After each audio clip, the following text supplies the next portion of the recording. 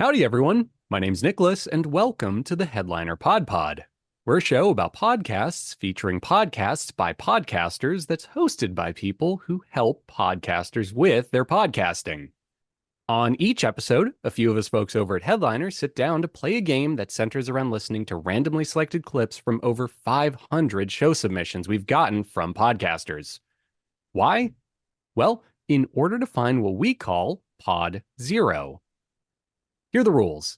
Each lucky contestant will hear a 60-second podcast clip. They'll then need to pick the correct podcast title from a lineup of 3 choices before being shown the artwork for that show.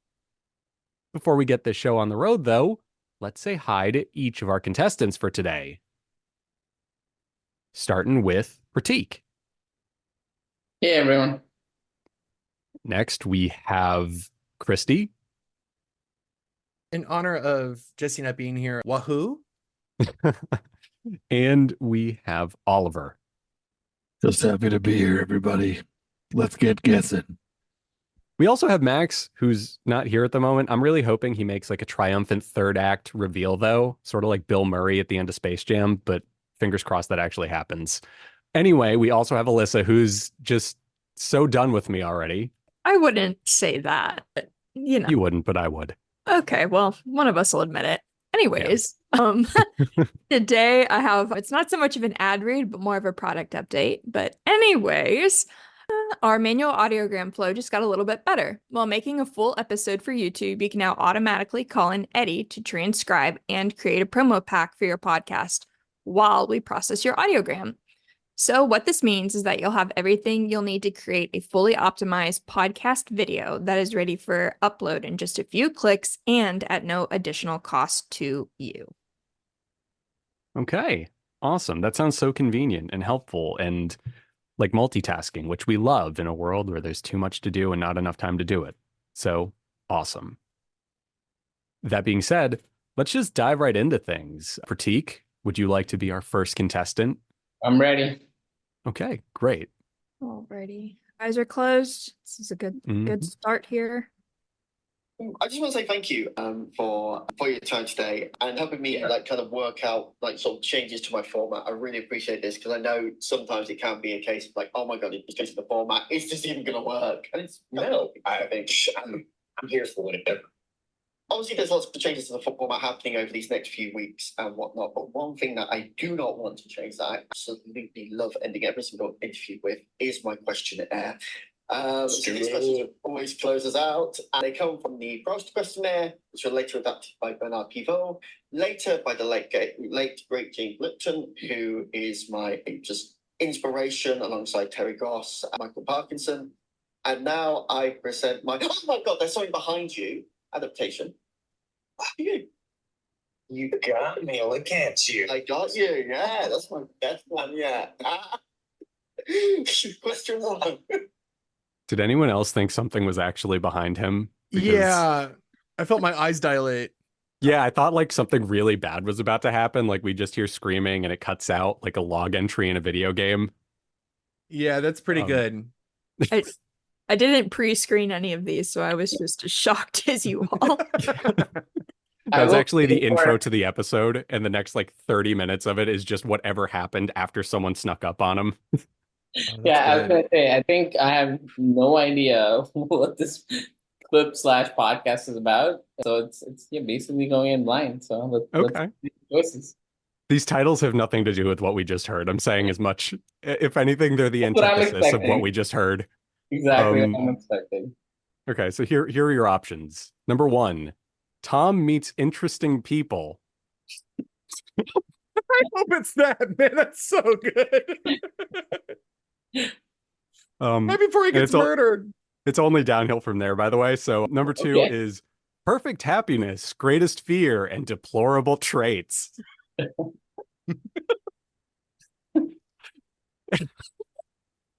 And number 3 is Timmy chats about ... as in there are 3. I could give you the episode title if you absolutely need it. No, let's try without it. So I'll go through my reasoning there. So the first one was like, I think, what was it? Tom meets interesting people. And third one's like Timmy something. So Timmy chats about I dot dot almost dot. wanna, yeah, I almost wanna remove the second one just because the names are not in there. There's no name in there. So I feel like it's gotta be the first or the third one. So from there, I think I'll go with the first one. Tom talks with interesting people. Tom meets interesting people. You're locking that in? Yes. Okay. You're correct. Yes. It is actually Tom meets interesting people. We have some beautiful minimal art over there, which looks like it may have been made on Headliner, just based off the font. And yeah, it's actually very accurate. Tom does seem to know some interesting people. I'm assuming Tom is our host. And here's a bit about it. So the episode we just heard this clip from was the director who will be the first to die in a horror movie, Chris Bell, TMIP, which I'm assuming is Tom Meets Interesting People, interview 32. So yeah, that's a heck of a title for what we just heard. And here's our show description. Tom Meets Interesting People is the podcast where I'll interview anyone from nuclear engineers to voice actors. We'll discuss the guests' work, their processes, and what they're passionate about and what makes them get up in the morning. Each episode will end with my adaptation of the Proust questionnaire that was popularized by Bernard Pivot and the late, great James Lipton, parentheses, my hero, which adds up because he actually name-checked James Lipton at some point in that. Yeah, so very interesting. Very curious about what his adaptation of the Proust questionnaire is, as well as if it's Proust or Proust. I've heard it both ways. I'm sticking with Proust. It is Proust. Because it's French. Yeah. I assumed the OU. Yeah. And I don't know. I think that was a really interesting clip. I'm totally not stalling because Max is connecting to the call right now, and I want to throw him under the bus with his 2 cents on this artwork. Nice. Hi, Max. Welcome to Under the Bus. Hey, could call y'all. Sorry for the late check-in. That's totally fine. So yeah, we've already gone through our first clip, Max. And seeing as you just joined, actually, I'll throw you under the bus in a different way. You want to go next? Let's do it. Cool. Love the bus. That's the Love being under the bus. Nice. All right, so let's have you cover your eyes and get this second clip rolling. Let's do it. And I think that's why sharing Black women stories that are in motorsports, or they were in motorsports, may they rest in peace. This sheds a light that there were women, you know, in the Black community that did do this, and they did it for a living. And a lot of them made like amazing achievements and accomplished so much in these, in whatever racing organization they were in. And that's something to be celebrated. And that's why I wanted to share Peggy Llewellyn's story today. Okay, guys, so I hope you enjoyed that episode, whether it was your first time listening to it or if it was a replay for you as well. Okay. There was our clip. That was a great endpoint for it. Wow. Sorry, I wasn't expecting that. I was caught completely off guard by it. Anyway, here are your options for today, Max. Number 1, Race Wife Unfiltered. Number 2, Race Girl Energy. And number 3, Live Fast with Mia. Race wife sounds like the significant other of a racer, you know, like race, like a race husband or a race wife. So I feel like this is about the actual racers. So that one feels wrong, but maybe that's like a term that some people use. I don't know. And then race girl felt more likely. But then at the same time, I'm like, you always want to go for the one with the name in it. But what was the middle one again? Race Girl Energy? Race Girl Energy. And the last one was something with racing with Mia or something. Live Fast with Mia. Live Fast with Mia. I'm gonna go with Race Girl Energy because I don't know. It sounds exciting. And it just sounds like the one to you. Podcast. Sure. Unfortunately, Max, so sorry to have caught you under the bus. It is Race Wife Unfiltered. Wow. There you go. Yeah. Race Wife. Huh. So talking about race wife is a term for the actual racers, I guess. I guess we'll find out in the episode. Yeah, you know, maybe it's sort of like a married to the game situation, like racing. She's married to racing. That makes sense. You know, I'm not really sure. The whole time this clip was rolling, I'm going to be 100 with you guys. I was just like trying to remember the name of the movie Days of Thunder, the Tom Cruise movie. So that's on me. Here's our description. Oh, what's that? I'm not familiar with that movie. Yeah, all you need to know is it's Top Gun, but with cars instead of planes, literally. So here we are with our description for this episode. Racewife Unfiltered is hosted by your fave bougie racewife, Rachel Thornhill. Every week, she shares stories of her life as a racewife and other women in motorsports, giving them a platform so their voices can be heard. So, I mean, I'm just curious about how common the term is, because I'm like, is that implying that all racers are married, or is it like, I guess married to the game is another way to think of it. So now I got to look into this. But I think it's a little of column A and a little of column B. Like if you're a motocross or a motorsports person, you're married to the game. You're a race wife. But if you're just married to a racer, you're still a race wife. I don't know. Well, then we need the follow-up podcast about all the race wives' significant others that have to deal with them being married to the race, sure, and taking second place to the race in your relationship. It's just a never-ending daisy chain of podcasts about the spouses of racers, you're saying? It doesn't have to be a daisy chain. It just can be another podcast. You don't have to go crazy with it. Just a follow-up podcast. Need two sides of the story. Sure, that makes sense. Maybe three. A good React channel where they react to the podcast. Whatever. Sure. Anyway, the clip we just heard was from the episode number 10 most listened to episode of 2023, Peggy Llewellyn. I'm assuming that's how you pronounce that. Elissa, feel free to shame me. I'm pretty sure they said it in the clip. It sounded correct to me. Okay. Well, there you have it. Pretty interesting stuff. And we have a still of, I'm assuming, the guest of the episode for our artwork here, which is super cool. Gotta take advantage of that when you have that stuff, you know? Anyway, jumping on over to our next contestant. Let's go with Oliver. He looks ready. He's wearing sunglasses. My eyes are closed, but the sunglasses are on. You guys trust me? Sure. Yes. Elissa doesn't trust me. Fine. Yeah. I was gonna say, I don't want to be the person to throw Elissa under the bus because I've already gotten my share today of doing that. But I don't want an asterisk. Why come for me? Why? I didn't. I said I don't want to be that person. Okay, you're okay. I think a red Ferrari is a bit cliche, maybe, but it's quite bold, isn't it? If you've saved up kind of the amount to buy one, there must be such a sense that you kind of get to filling out the sheet and you're like, should I just go for a red, play it safe? Had your father had Ferraris before, or was that kind of a first foray into?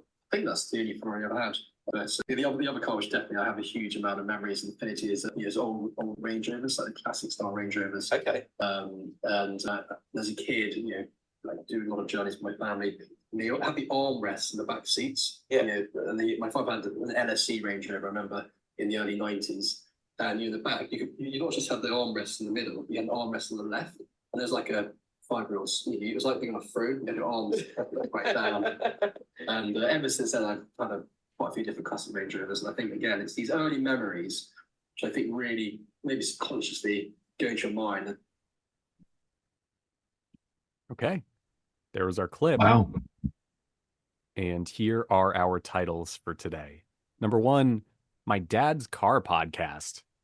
Number 2, Tinkerin' with Daddy-O. Number 3, F is for Family and Fast Cars.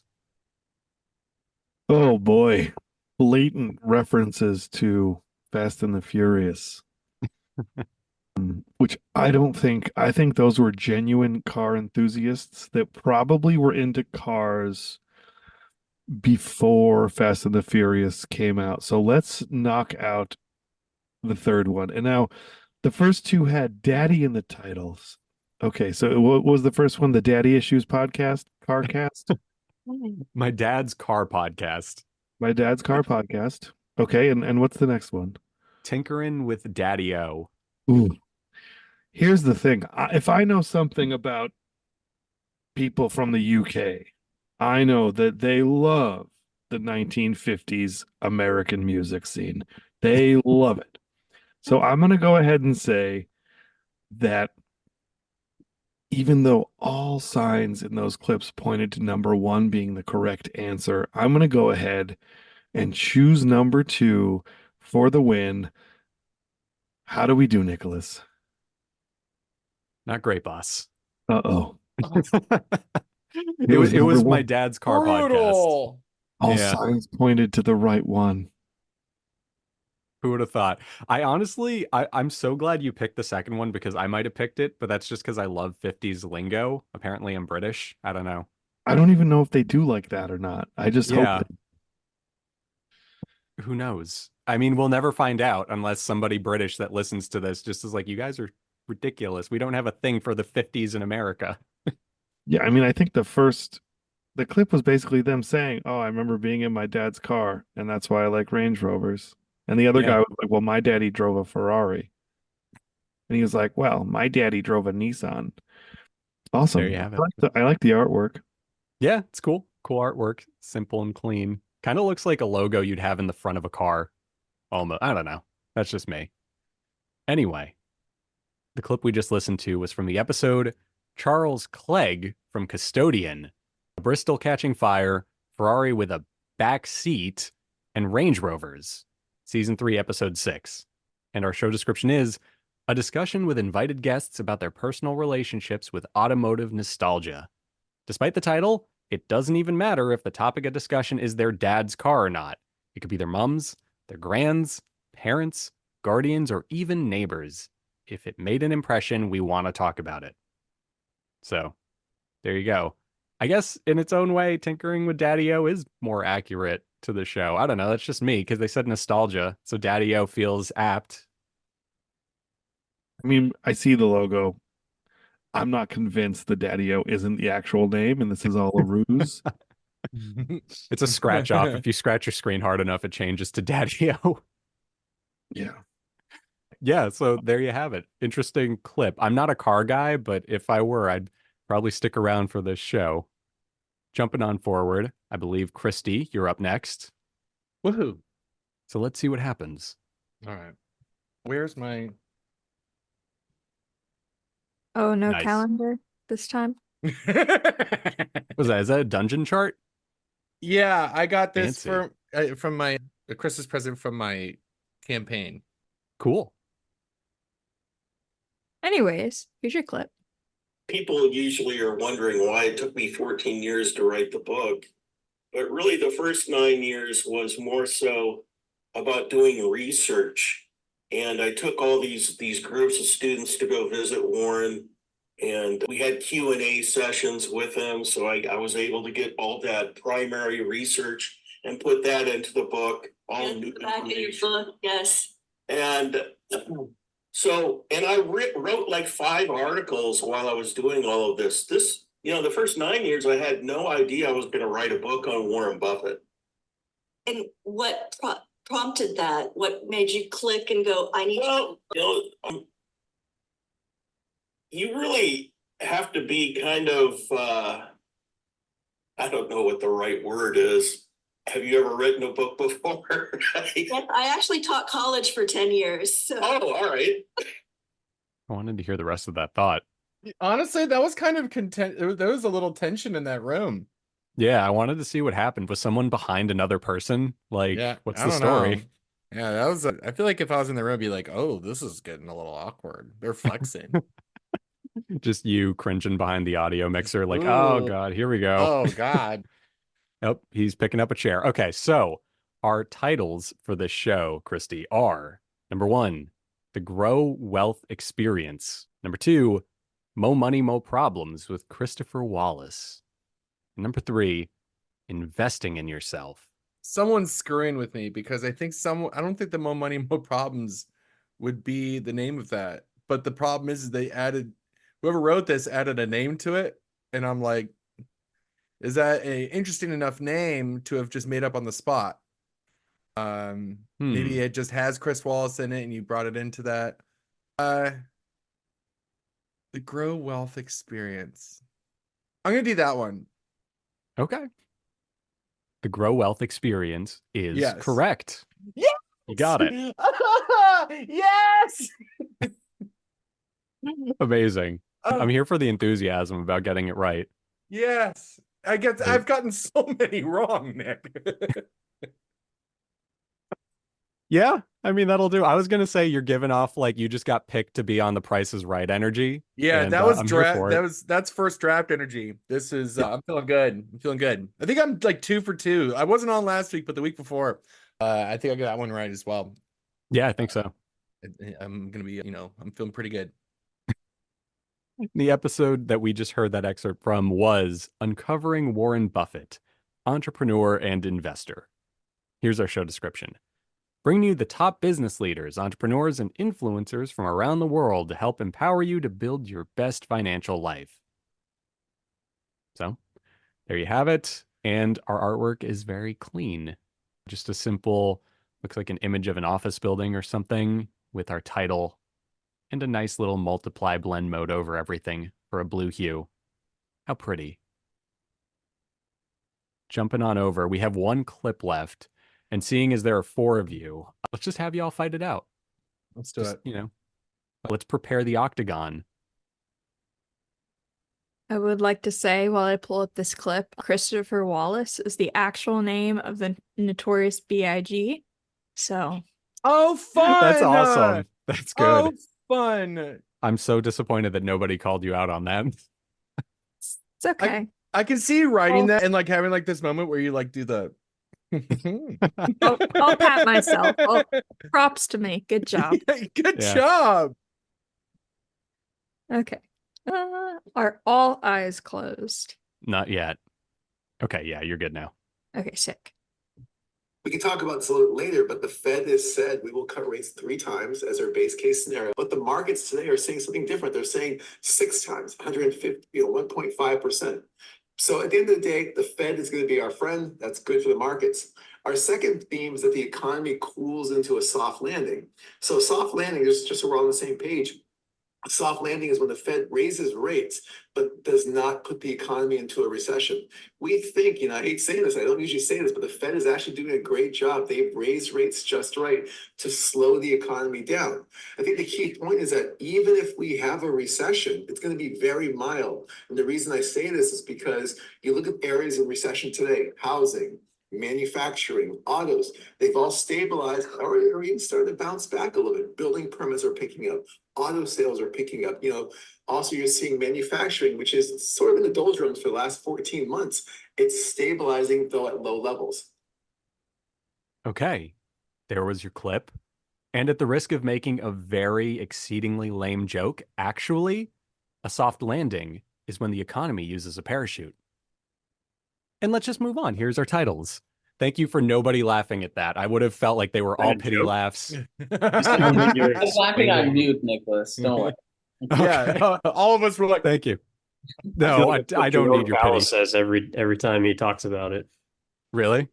I feel like it's not a joke. It's just a useful metaphor. I was just being literal. So parallel thinking at its finest. Anyway, here are our titles. Number 1, Finance Roundtable Podcast.